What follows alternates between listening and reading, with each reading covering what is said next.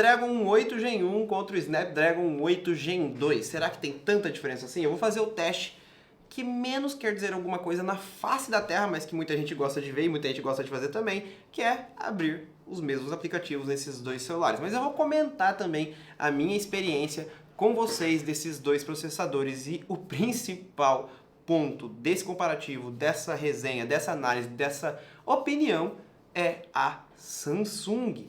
Porque o Snapdragon 8 Gen 1 foi fabricado pela Samsung ano passado. A Foundry da Samsung, a fábrica da Samsung, fabricou o Qualcomm Snapdragon 8 Gen 1, que eu tenho aqui nesse celular da Xiaomi, o Xiaomi 12 Pro, bem bonitão falando nisso. E esse ano, o Snapdragon 8 Gen 2, que a Samsung usa inclusive, foi fabricado pela TSMC.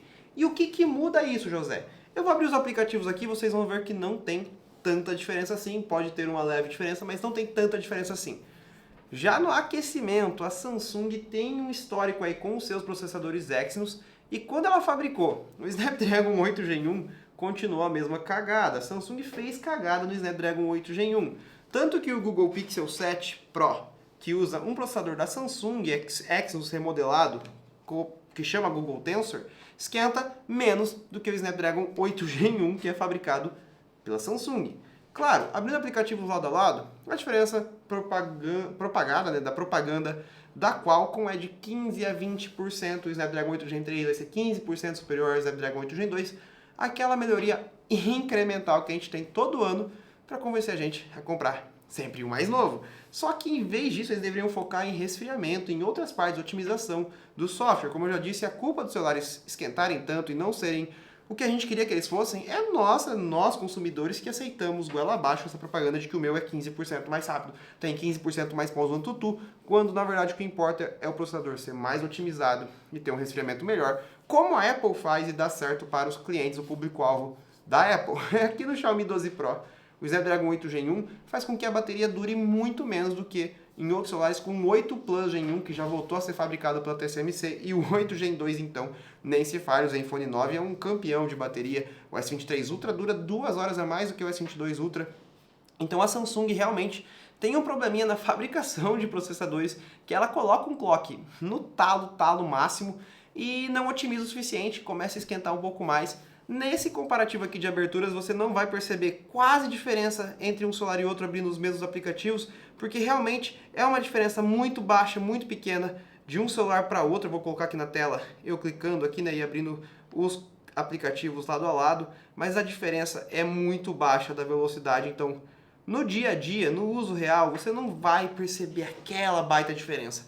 Você vai perceber quando você tiver um uso mais intenso, e aí começar a aquecer o thermal throttling, e assim também a bateria começa a gastar muito mais rápido. Então a Samsung é o grande vilão, é o grande problema, é o grande questionamento da evolução do Snapdragon 8 Gen 1 para o 8 Gen 2, e não o celular Samsung, não o S22 Ultra e o S23 Ultra, não o Xiaomi 12 Pro ou o Xiaomi 13 Pro, e sim a fábrica que fez os chips, né?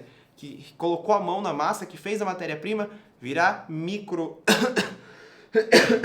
microprocessador. Não é microprocessadores, é outra coisa que chama, como que chama? Sei lá, pegou a coisa da natureza lá, o minério, e esqueci agora as palavras certinhos, e fez virar o nosso processador bem pequenininho, que está aqui dentro do celular, com bilhões de transitores, e faz o nosso celular rodar como uma nave, como um computador mais top possível de alguns anos atrás, e até mesmo alguns desse ano. Então temos aqui um problema da Samsung fabricar processadores. A TSMC é a maior fabricante de processadores do mundo, é quase que um monopólio da TSMC, mas a Samsung e algumas outras tentam aí fazer alguma coisa, mas fica muito pior, especialmente a Samsung.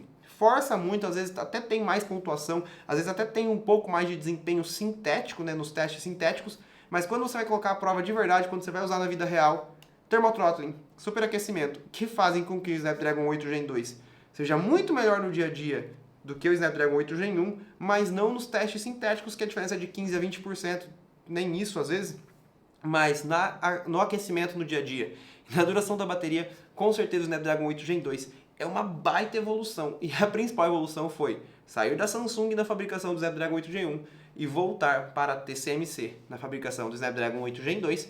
Mas é claro, eu pesquisei isso aqui na internet e formei a minha opinião. Essa aqui é só a minha opinião. Eu quero saber a sua opinião nos comentários. E se você ainda não é inscrito no canal, considere se inscrever, deixe o seu like. E eu espero ver você aí nos próximos vídeos, hein? Valeu!